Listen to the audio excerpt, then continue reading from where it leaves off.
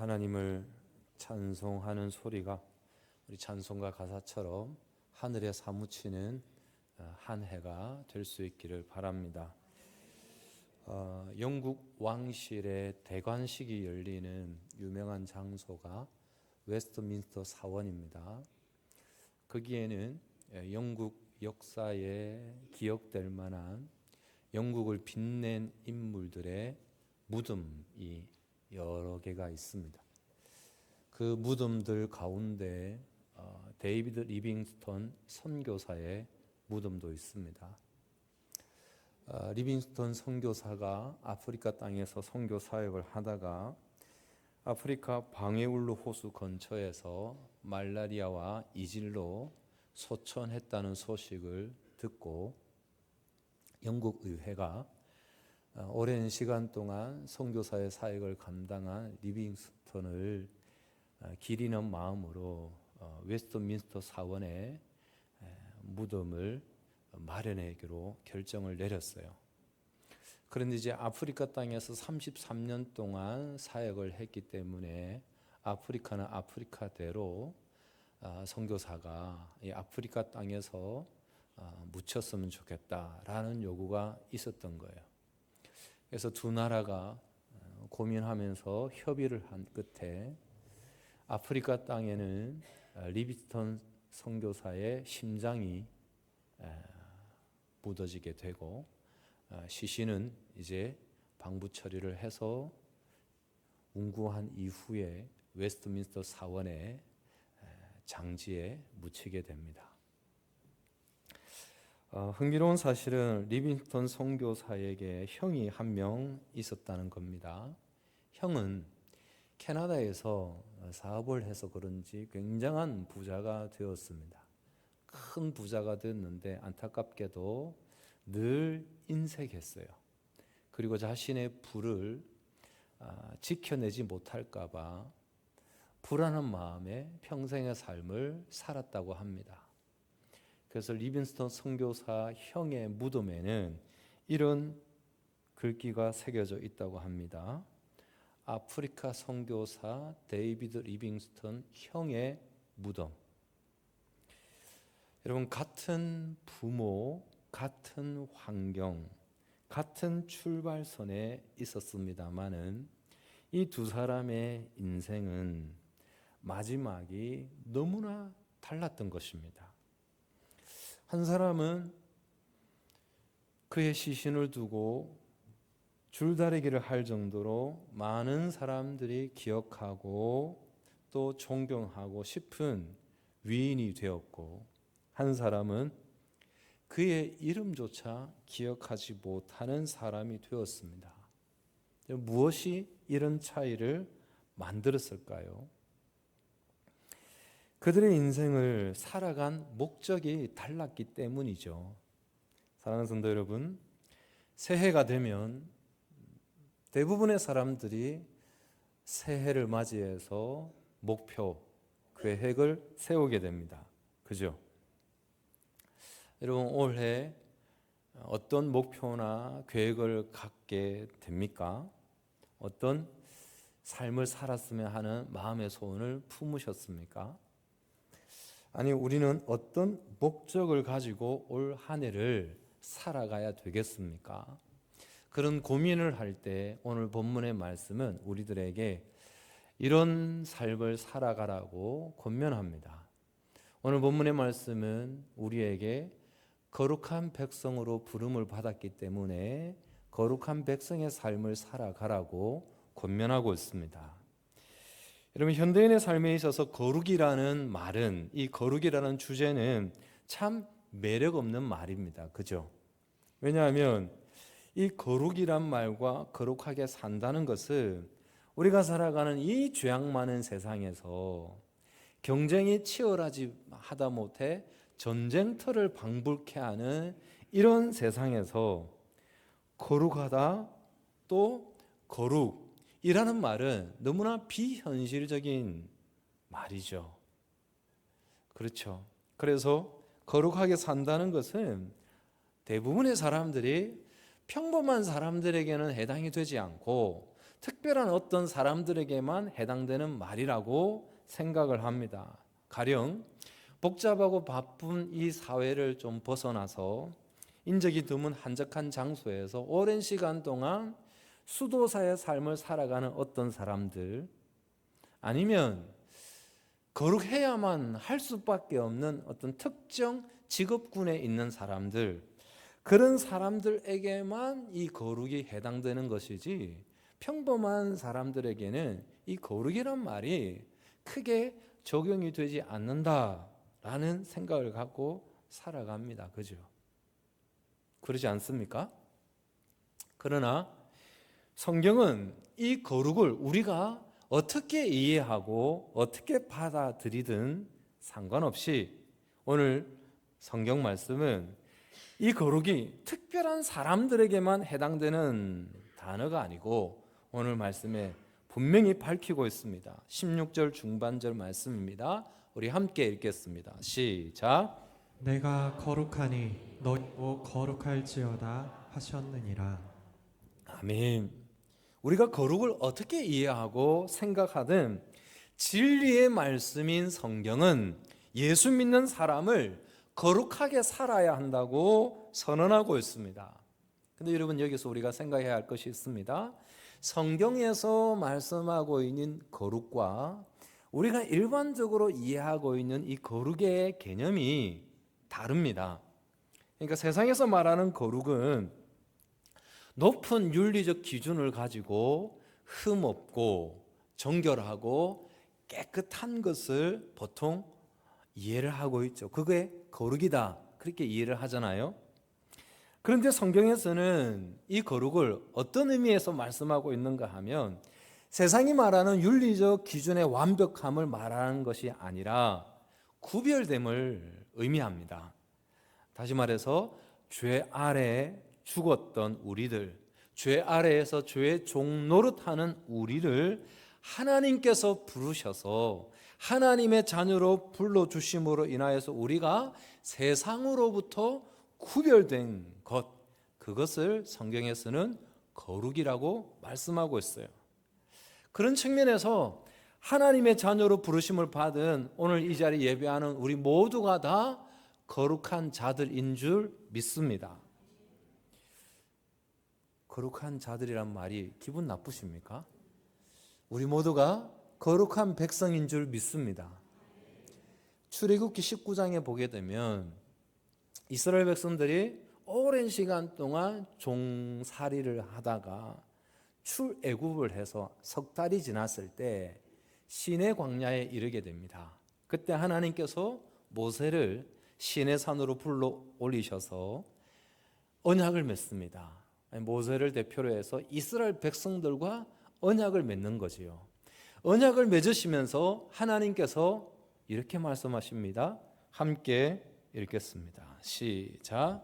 세계가 다 내게 속하였나니 너희가 내 말을 잘 듣고 내 언약을 지키면 너희는 모든 민족 중에서 내 소유가 되겠고 너희가 내게 대하여 제사장 나라가 되며 거룩한 백성이 되리라.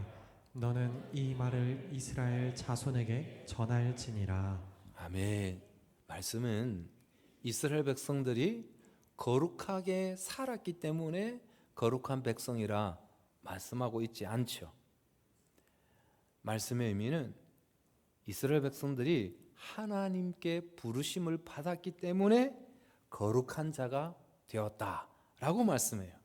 다시 말해서 이스라엘 백성들이 하나님과 언약을 맺었기 때문에 이제 이스라엘은 하나님의 거룩한 백성이 되었다라고 말씀합니다. 이스라엘 백성들이 다른 민족과 비교했을 때 윤리적으로 완벽해서 좀 나은 삶을 살아서 그래서 거룩한 백성이 되었다라고 말씀하고 있지 않습니다. 그들이 하나님과 언약을 맺음으로써 새로운 존재가 되었다라고 말씀합니다. 그러므로 여러분 따라서 하실까요? 거룩은 하나님 부르심의 결과이다. 하나님 부르심의 결과이다. 우리의 노력이 아니라는 것입니다. 하나님의 부르심의 결과로 거룩한 자의 삶을 사는 것이라 그렇게 말씀합니다. 여러분, 그것을 오늘 본문 말씀에는 다음과 같이 조금 더 구체적으로 말씀하고 있죠. 14절 15절 말씀입니다. 함께 봉독합니다. 시작. 너희가 순종하는 자식처럼 전에 알지 못할 때에 따르던 너희 사욕을 본받지 말고 오직 너희를 부르신 거룩한 이처럼 너희도 모든 행실에 거룩한 자가 되라. 아멘. 우리를 부르신 분이 거룩하신 하나님이시라는 것입니다. 거룩하신 하나님께서 우리를 부르셨기 때문에, 우리가 거룩하신 하나님의 자녀가 되었기 때문에 우리 역시 그 아버지를 따라 거룩한 자가 되어야 한다라고 말씀하고 있는 거죠. 여러분, 우리가 자녀를 키우면서 참 신비하죠. 신기한 요소가 뭡니까? 누가 뭐라고 해도 자녀는 부모를 닮게 되어 있습니다. 그죠? 아닌데 목사님, 우리 집안은 나하고 별로 안 닮은 것 같습니다 라고 말하는 분들 계십니까? 어디를 닮아도 닮는 게 반드시 있습니다. 하다못해 손가락이 닮든지 발가락이 닮든지 닮게 되어 있습니다. 여러분, 생각해 보면 우리 자녀들에게 내가 나의 자녀가 이렇게 자랐으면 좋겠다 라고 교육을 시켰거나 또는 그 문제를 두고 기도한 것도 아닌데 나를 빼다 닮은 요소들이 있습니다. 있죠. 그죠? 가령 식성을 닮더라도 닮고, 그죠? 걸음걸이를 닮더라도 닮습니다. 말투도 닮아요. 그러지 않습니까? 우리 교회 내에도 아들이 아버지의 걸음걸이를 닮는 거는 괜찮아요. 뭐 자연스러운 것 같은데 신기하게 엄마의 걸음걸이를 아들이 닮고 딸이 아버지의 걸음걸이를 닮는 집안이 우리 교회도 있습니다. 딸이 아버지의 걸음을 닮아서 되겠습니까? 기도 제목인데 닮았습니다. 닮으라 가르친 게 아닙니다. 기도한 것도 아닙니다. 그런데 부인할 수 없도록 닮았어요. 왜 그래요? 내 자식이니까. 여러분, 성경에 거룩이라는 단어가 언급된 것이 600회가 넘어요. 그 600회 넘는 거룩이라는 단어는 대부분 하나님을 표현할 때, 하나님의 속성을 설명할 때 기록이 된 거예요. 무슨 의미예요? 하나님의 속성이 거룩이기 때문에 성경에 그만큼 많이 언급될 수밖에 없다는 것이죠. 거룩하신 하나님께서는 사람을 창조하실 때도 하나님의 형상을 따라 창조하셨습니다. 때문에 우리 안에 하나님의 속성인 거룩함이 우리 안에도 있습니다. 그런데 인간이 범죄함으로 인하여서 거룩한 하나님의 속성을 상실하고 말았죠. 그래서 하나님께서는 다시금 우리에게 거룩함을 회복시켜 주시기 위해서 죄 가운데 있던 우리를, 죄 아래에서 종노릇하는 우리를 부르셔서 거룩한 백성으로 삼으셨다라고 말씀하고 있습니다. 다시 말해서 세상과 구별되어서 하나님의 마음을 가지고 하나님의 성품을 닮아 하나님의 뜻을 이루어가는 거룩한 백성으로 살도록 우리를 부르신 것입니다. 그러면 한 걸음 더 나아가서 하나님께서 우리를 부르신 것이 우리가 하나님 백성이 된 것인데, 한 걸음 더 나아가서 하나님께서는 우리 안에 누구를 보내셨어요? 거룩하신 영, 성령을 보내셨어요.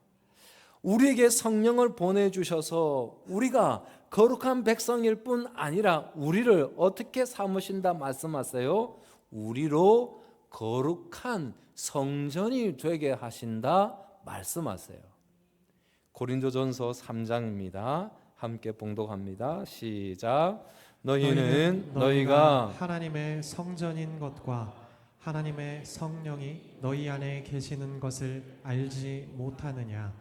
누구든지 하나님의 성전을 더럽히면 하나님이 그 사람을 멸하시리라. 하나님의 성전은 거룩하니 너희도 그러하니라. 아멘.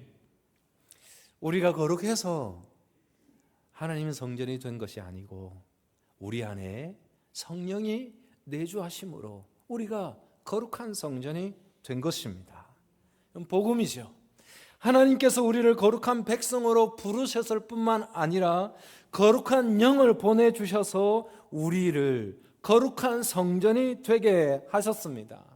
이런 동일하게 적용할 수 있는 것은 우리 안에 거룩한 성령이 계시기 때문에 우리가 거룩한 하나님의 성전이 되는 것입니다. 때문에 우리는 하나님의 성전된 거룩한 삶을 살아내야 하는 것이지요. 새해 첫 주부터 부담이 막 밀려온다는 생각이 드시죠? 거룩은 나와는 좀 거리가 있는 주제인데 부담이 되실 수도 있을 겁니다. 그런데 여러분, 전혀 부담을 가지실 필요가 없습니다. 왜냐하면 복음은 우리에게 거룩해져라 라고 말씀하기보다 너는 이미 거룩하다 라고 선언해 주고 있습니다. 히브리서 10장 10절입니다. 함께 선포합니다. 시작. 이 뜻을 따라 예수 그리스도의 몸을 단번에 들이심으로 말미암아 우리가 거룩함을 얻었노라. 아멘. 예수 그리스도께서 십자가의 피로 우리는 거룩하게 되었는데 뭐라고요? 그리스도의 몸을 단번에 들이심으로 말미암아 우리가 거룩함을 얻었노라. 얻었다는 거예요. 선물로 주어졌다는 것입니다. 은혜로 주어졌다는 것입니다. 그래서 여러분, 조금 전에 봉독한 말씀은 우리를 정죄하기 위한 말씀이 아닙니다. 이미 은혜 안에 있는 자들에게 정체성의 선언입니다. 그래서 여러분, 두 번째로 따라서 한 번 더 하실까요? 거룩은 하나님 백성의 정체성이다. 거룩은 하나님 백성의 정체성이다. 그렇습니다. 거룩함은 우리가 평생 쌓아 올리는 업적이 아닙니다. 그리스도께서 단번에 우리에게 완성해 주신 선물입니다. 그래서 복음은 거룩해져라 그렇게 말씀하기보다 우리에게 이미 거룩하다라고 선언하고 있는 것이죠. 이런 거룩한 삶은 복음을 얻기 위한 조건도 아닙니다. 복음을 받은 사람에게 주어진 변화된 정체성이고 복음을 받은 사람의 열려지게 되는 열매가 거룩이라는 것입니다. 그래서 오늘 본문의 시작이 그러므로라고 시작이 됩니다. 그러므로라는 것은 앞에 단락의 내용을 이어받아서 앞의 내용이 그러하기 때문에 당연한 결과를 얻어내야 할 때 쓰는 표현이지 않습니까? 그리고 앞에 단락에 그러면 어떤 내용이 기록되어 있는가 하면 예수 그리스도 안에서 산 소망을 간직하게 된 우리는 예수 그리스도께서 이 땅에 다시 오실 때 칭찬과 영광과 존귀를 얻게 될 것이다 라고 말씀하거든요. 그러므로 그 칭찬과 존귀와 영광을 얻게 될 만한 합당한 삶을 살아야 되는데 그 내용이 오늘 우리가 본문으로 봉독한 내용입니다. 거룩한 자로 부름을 받았기 때문에 거룩한 삶을 살아내야 된다. 그래서 오늘 그러므로라고 말씀이 시작되고 있습니다. 그렇습니다, 여러분. 우리는 두려움 때문에 거룩하게 사는 것이 아닙니다. 혹은 우리에게 벌이 내려질까 아닐까 또는 징계가 내려지지는 않을까라는 차원에서 두려움 때문에 거룩하게 살려고 애쓰는 것도 아니라는 것입니다. 우리는 이미 받은 은혜가 너무나 크기 때문에 그 은혜에 합당하게 살기를 갈망하는 것이죠. 예수 그리스도 그 은혜가 너무나 크기 때문에 그래서 오늘 본문의 말씀에도 예수 그리스도를 알지 못할 때 믿기 전에 그 구습을 따라 살아가는 삶은 이제 살지 않고 거룩한 삶을 살 것이다 라고 말씀하고 있지 않습니까? 여러분, 이것은 율법주의가 아닙니다. 그죠? 복음을 깨닫고 새 생명을 가진 사람들이 가지게 되는 자연스러운 방향성입니다. 내가 복음을 깨달았어. 그래서 나는 이제 이전에 내가 살았던 삶을 더 이상 살아갈 수 없다. 내 방향을 예수 그리스도를 향하여서 살아갈 것이다 라고 방향성을 결정하는 것입니다. 그래서 여러분, 사도는 오늘 본문의 말씀을 통해서 앞서 말씀드린 것처럼 내용만 두고 보면 우리에게 너무나 부담스러운 내용입니다. 그럼에도 불구하고, 이렇게 부담스러운 주제임에도 불구하고 사도는 주저함 없이 우리들에게 권면하고 있지 않습니까? 그것도 담담하게. 오늘 15절 말씀 뭐라고까지 말씀을 하고 있습니까? 한 번 더 봉독합니다. 시작. 오직 너희를 부르신 거룩한 이처럼 너희도 모든 행실에 거룩한 자가 되라. 모든 행실에 거룩한 자가 되라 라고 말씀합니다. 우리 삶 전체 거룩한 자가 되어야 한다라는 말씀입니다. 거룩한 백성으로 사는 것이, 그리고 거룩한 성전이 되어서 사는 것이 구체적으로 어떤 삶이라는 것입니까? 모든 행실이 거룩한 자가 되는 것이라 말씀합니다. 여러분, 우리가 입으로만 거룩을 고백하는 것이 아니라, 우리의 겉모습만 거룩한 것을 보이는 것이 아니라 모든 행실입니다. 우리 삶의 전부라는 것입니다. 그러니까 우리의 모든 생각, 우리의 모든 행동, 우리의 모든 것이 다 거룩한 자다워야 한다고 말씀합니다. 그러면 어떻게 하면 우리의 모든 행실이 거룩한 자다운 삶을 살아낼 수 있을까요? 여러분, 모든 행실이 거룩하기 위해서는 먼저 우리의 행동의 출발이 되는 생각이 거룩해야 되겠죠. 그렇죠? 악한 것을 생각하는 사람은 악하게 살기 마련이죠. 반면에 선한 것을 생각하는 사람은 선을 이루며 살기 마련입니다. 그렇지 않습니까? 생각하는 것이 행동으로 표현될 수밖에 없습니다. 히브리서 3장에 이렇게 말씀합니다. 함께 읽습니다. 시작. 그러므로 함께 하늘의 부르심을 받은 거룩한 형제들아, 우리가 믿는 도리의 사도이시며 대제사장이신 예수를 깊이 생각하라.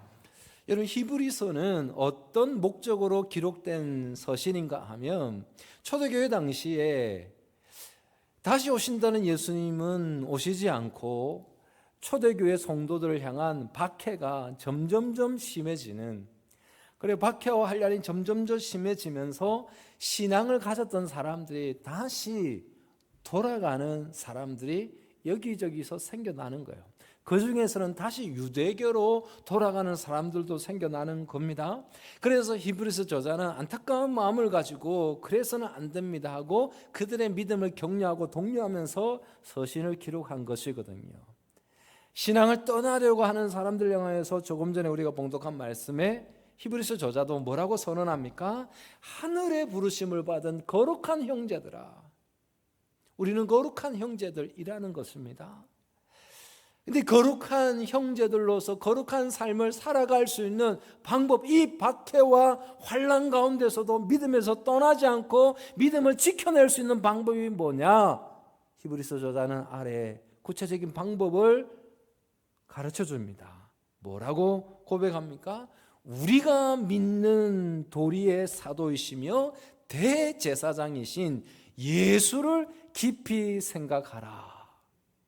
믿음에서 떠나는 사람들, 자꾸 넘어지는 사람들, 실패하는 사람들, 거룩한 백성인데, 거룩한 백성으로 부름을 받았는데 이 거룩한 백성의 삶을 살아야 되는데 그 방법이 뭐냐? 그 방법은 다름이 아니라 예수를 깊이 생각하는 것입니다 라고 편지하는 거예요.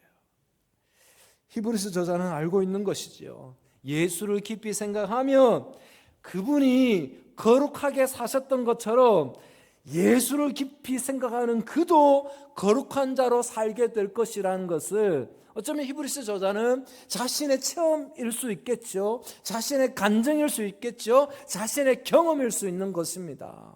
예수를 깊이 생각했더니, 그분을 묵상했더니 내 삶이 거룩한 삶으로 바뀌어졌습니다 라는 고백일 수 있는 것입니다. 사랑하는 성도 여러분, 2026년 한 해의 삶을 살아갈 때 저와 여러분들도 예수를 깊이 생각할 수 있기를 주님의 이름으로 축복합니다. 그래서 예수를 깊이 생각함으로 거룩한 자의 부르심을 받은 우리가 합당한 거룩한 삶을 살아낼 수 있기를 다시 한번 주님의 이름으로 축복합니다. 언젠가도 예화로 드렸던 내용일 수도 있겠는데요, 기억이 가물가물해서 매우 가난하게 사는 한 소년이 있었는데 너무나 배가 고파서 그 소년은 어느 날 옆집에 들어가서 새끼 양을 한 마리 훔쳐 나오다가 그 새끼 양의 주인에게 붙잡히게 됩니다. 주인은 매우 악독한 사람이어서 그 소년의 이마에다가 초산으로 양의 도둑이라는 글귀를 새기는 약자로 새깁니다. 십디프라고 하는 글을 새깁니다. 약자로 ST라고. 그 후 세월이 많이 흘렀습니다. 이 소년이 살아가는 중에 예수님을 만나게 되고 예수님을 믿고 난 이후에는 전혀 다른 삶을 살기 시작했습니다. 당연히 학창시대에 열심히 공부도 하고 하나님 백성으로서의 삶을 살기 위해서 무단히 애를 썼습니다. 그렇게 인생을 살아가는 중에 그가 마침 한 도시의 시장이 되었습니다. 시장이 된 그는 인자한 모습과 사랑으로 많은 시민들에게 존경을 받고 인정을 받게 되었습니다. 그러나 그의 이마에 새겨져 있는 양의 도둑이라고 하는 그 ST 글자는 지워지지 않았습니다. 어느 날 어린 꼬마 아이가 아버지의 손을 붙잡고 이 시장이 연설하는 현장에 같이 가게 됩니다. 시장이 역시나 그날도 인자한 모습으로 연설을 하고 많은 시민들이 박수를 보내는 중에 이 어린아이가 아버지에게 묻습니다. 아빠, 저 시장님 이마에 ST라고 쓰여져 있는 저 글의 의미가 뭐야? 라고 물었습니다. 아버지는 시장의 과거를 알고 있기 때문에 아이에게 귓속말로 양의 도둑이라고 하는 약자야. 그러니까 이 어린아이가 아니 그럴 수 없어. 저렇게 인자하신 저렇게 좋으신 시장님이 양의 도둑일 수 없어 라고 아이가 울기 직전입니다. 아버지가 당황해하면서 갑자기 생각해낸 것이 있습니다. 아들에게 말하자면 하얀 거짓말을 하죠. 아들아, 아빠가 순간 착각을 한 것 같다. 저 ST는 뭐의 약자인가 하면 세인트의 약자이다. 성자라고 하는 그 말의 약자이다 라고 말을 하니까 그제서야 이 어린 아이가 아버지의 말에 동의를 했습니다. 양의 도둑도 예수님을 만나고 예수님을 생각하며 인생을 살아가는 중에 변화되어서 사람들에게 성자라고 하는 이름으로 불려지는 인생을 살게 되었다고 하는 이야기입니다. 사랑하는 진영대성 가족 여러분, 2026년 한 해 우리 모두 거룩한 자로 구별되어서 하나님 백성으로 부르심을 받은 자답게 거룩한 삶을 살아갈 수 있기를 주님의 이름으로 축복합니다. 부담을 가지지 않아도 되는 것은 우리의 노력이나 우리의 힘이 아님 우리가 믿는 도리의 사도이시며 대제사장이신 예수를 깊이 생각할 때 거룩한 하나님 백성의 삶을 살아내게 될 줄 믿습니다. 오늘 말씀 중에 세 가지 이 내용을 한 번 더 기억해 보실까요? 첫 번째, 거룩은 하나님 부르심의 결과입니다. 두 번째, 거룩은 하나님 백성의 정체성입니다. 세 번째, 거룩은 우리의 힘이 아닌 예수를 깊이 생각하는 것입니다. 2026년 한 해 우리의 시선을 나에게서 예수님께로 돌리십시다. 그분을 깊이 생각할 때 우리는 거룩한 백성의 삶을 살게 될 줄 믿습니다. 그리하여 우리 주님 반드시 이 땅 가운데 다시 오실 것인데 그 주님이 이 땅에 다시 오실 때 칭찬과 영광과 존귀를 얻는 우리 모두가 될 수 있기를 주님의 이름으로 축복합니다.